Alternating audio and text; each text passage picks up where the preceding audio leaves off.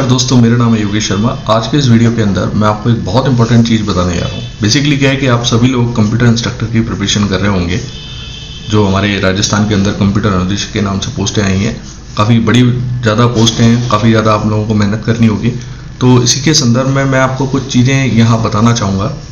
मैं एक video series बना रहा हूँ कि उसके अंदर मैं आपको बताऊँगा कि कौन से टॉपिक्स हैं आपके जो बहुत ज़्यादा इंपॉर्टेंट हैं आपके एग्ज़ाम के पॉइंट ऑफ व्यू से, जिनको अगर आप अच्छे से स्ट्रॉन्ग करके जाएंगे तो आपको सफलता मिलने के चांसेस भी आपके उतने ही बढ़ जाएंगे। ओके, तो बेसिकली जैसे कंप्लीट एक सीरीज होगी ये, तो टॉपिक वाइज हम चीज़ों को उठाएंगे जो हमारे सिलेबस के अंदर हैं, चाहे वो आपका कंप्यूटर निदेशक का हो या वरिष्ठ कंप्यूटर निदेशक का एग्जाम हो।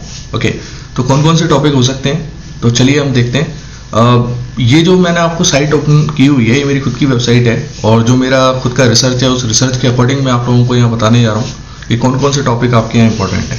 ओके, ये लिंक जो है वो मैं आपको डिस्क्रिप्शन के अंदर प्रोवाइड करा दूंगा, लेकिन आगे बढ़ने से पहले मैं आप लोगों से रिक्वेस्ट करूंगा कि प्लीज़ मेरे चैनल को लाइक एंड सब्सक्राइब करना ना भूलें और ज़्यादा से ज़्यादा लोगों के साथ शेयर करें जिसके साथ आप शेयर करना चाहते हैं। ओके, तो सबसे पहली इंपॉर्टेंट चीज़ जो है, जो हमारे लिए सबसे ज़्यादा इंपॉर्टेंट टॉपिक होता है सिलेबस के अकॉर्डिंग, वो होता है सी प्रोग्रामिंग और डेटा स्ट्रक्चर। ठीक है, चाहे कोई सा भी एग्जाम हो, चाहे कोई भी गवर्नमेंट का एग्जाम हो, प्राइवेट एग्जाम हो, कोई कंपनी में आप एग्जाम देते हैं, तो ये एक ऐसा कोर्स है या सब्जेक्ट है जो आपका बहुत इंपॉर्टेंट होता है। ठीक है ना, क्योंकि कंप्लीट प्रोग्रामिंग इसके ऊपर डिपेंडेंट होती है। आपको आगे चल के जो सबसे ज़्यादा चैलेंजेस आते हैं हर कैंडिडेट के लिए, वो इसी में से आते हैं। ठीक है ना, तो आपको करना क्या है, कौन कौन सी चीज़ों पे आपको सबसे ज़्यादा फोकस करना है वो आप देखें। सबसे पहले अगर मैं बात करूं, अच्छा मैं यहाँ पर जो वेटेज लेने वाला हूँ, क्योंकि ये एग्जाम पहली बार हो रहा है राजस्थान के अंदर, तो इसका कोई पैटर्न अभी तक किसी को नहीं पता, सिर्फ अजम्पशंस हो रहे हैं हमारे। और जो प्रीवियस जो एग्जाम्स हो चुके हैं, जो आरपीएससी ने ऑर्गेनाइज कराए या फिर राजस्थान कर्मचारी जो चयन बोर्ड है उसने जो ऑर्गेनाइज कराए, उनका जो सिलेबस रहा है, उनका जो पैटर्न रहा है,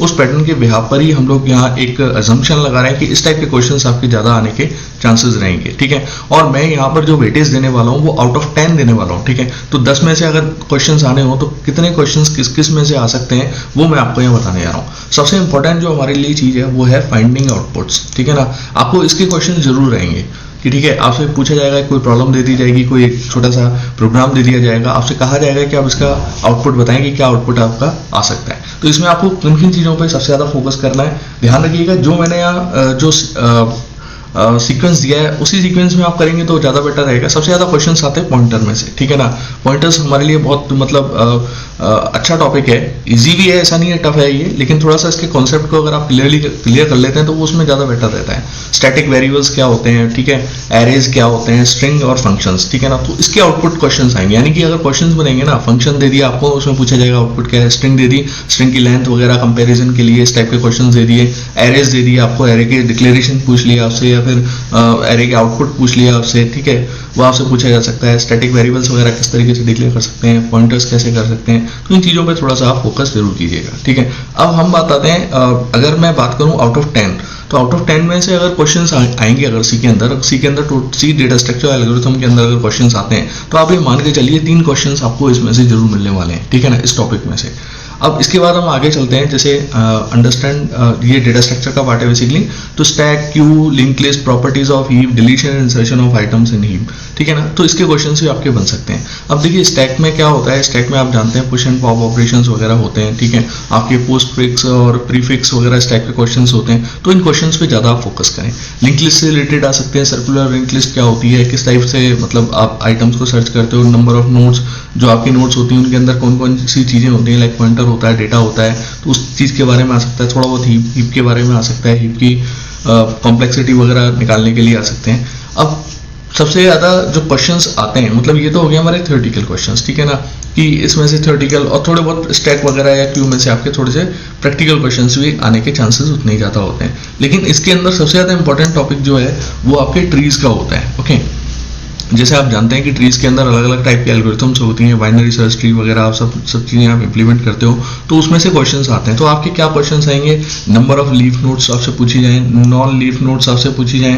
ठीक है ना, हाइट ऑफ द ट्री, ठीक है, जैसे नंबर ऑफ फुल नोड्स कितनी है, मिरर इमेजेस क्या होती है, एवीएल ट्री क्या होता है, balancing dam, insertion and deletion क्या होता है, बाइनरी ट्री क्या होता है, in order, pre order, post order. अब देखिए ये मेरे हिसाब से अगर आपसे क्वेश्चंस पूछे जाएंगे, अगर बेसिक जो हमारे कंप्यूटर निदेशक की पोस्ट है, तो उसमें से जो क्वेश्चंस आ सकते हैं आपके वो in order, pre order, post order के क्वेश्चन जरूर रहेंगे, ठीक है ना।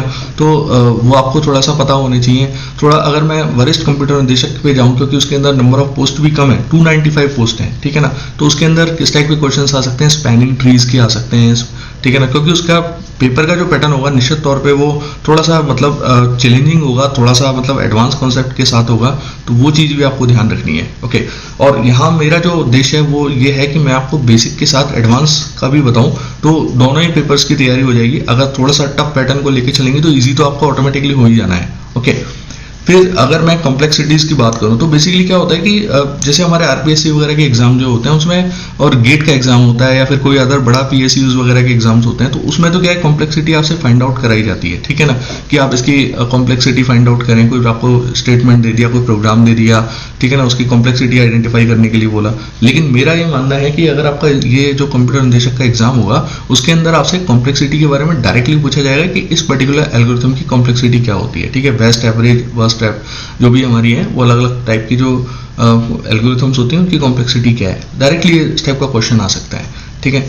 अब searching and sorting different techniques ये आपसे आ सकती हैं, क्योंकि एल्गोरिथम भी हमारे यहाँ पार्ट दिया हुआ है, ठीक है ना, तो एल्गोरिथम्स के बारे में आपको पता होना चाहिए, क्विक सॉर्ट, मर्ज सॉर्ट वगैरह ये क्या है हमारी, ठीक है ना, इन टेक्निक्स में डिफरेंसेस क्या है, ठीक है। अगर हमारा एल्गोरिथम में से आता है तो ये जो हमारी एल्गोरिथम की अप्रोचेस होती हैं, divide and conquer, greedy and brute and, इनके बारे में थोड़ा थोड़ा मतलब ज़्यादा ऐसा नहीं डिटेल में कोई आपको क्वेश्चंस वैसे नहीं मिलने वाले, चैलेंजिंग क्वेश्चन या डायरेक्टली क्वेश्चंस आपको मिलने वाले हैं यहाँ पर, ठीक है ना। तो गाइज ये मैंने एक वीडियो बनाया है, अभी मैं आपको ऑपरेटिंग सिस्टम वगैरह, ठीक है, नेटवर्किंग वगैरह, इन सब सारे टॉपिक्स के बारे में बताऊंगा, लेकिन it will take some time, ठीक है ना। मुझे सारे जो पेपर्स होते हैं, प्रीवियस पेपर्स होते हैं, उनको थोड़ा सा एक बार इम्प्लीमेंट करना, देखना पड़ता है, सारे क्वेश्चंस का वेटेज चेक करना पड़ता है, और उसके बाद मैं वीडियो बनाता हूँ। तो गाइज अगर वीडियो पसंद आया हो तो प्लीज़ मेरे चैनल को लाइक एंड सब्सक्राइब करना ना भूलें। Thank you so much. जो ये लिंक है ये मैं आपको डिस्क्रिप्शन के अंदर प्रोवाइड करा दूंगा। Thank you so much.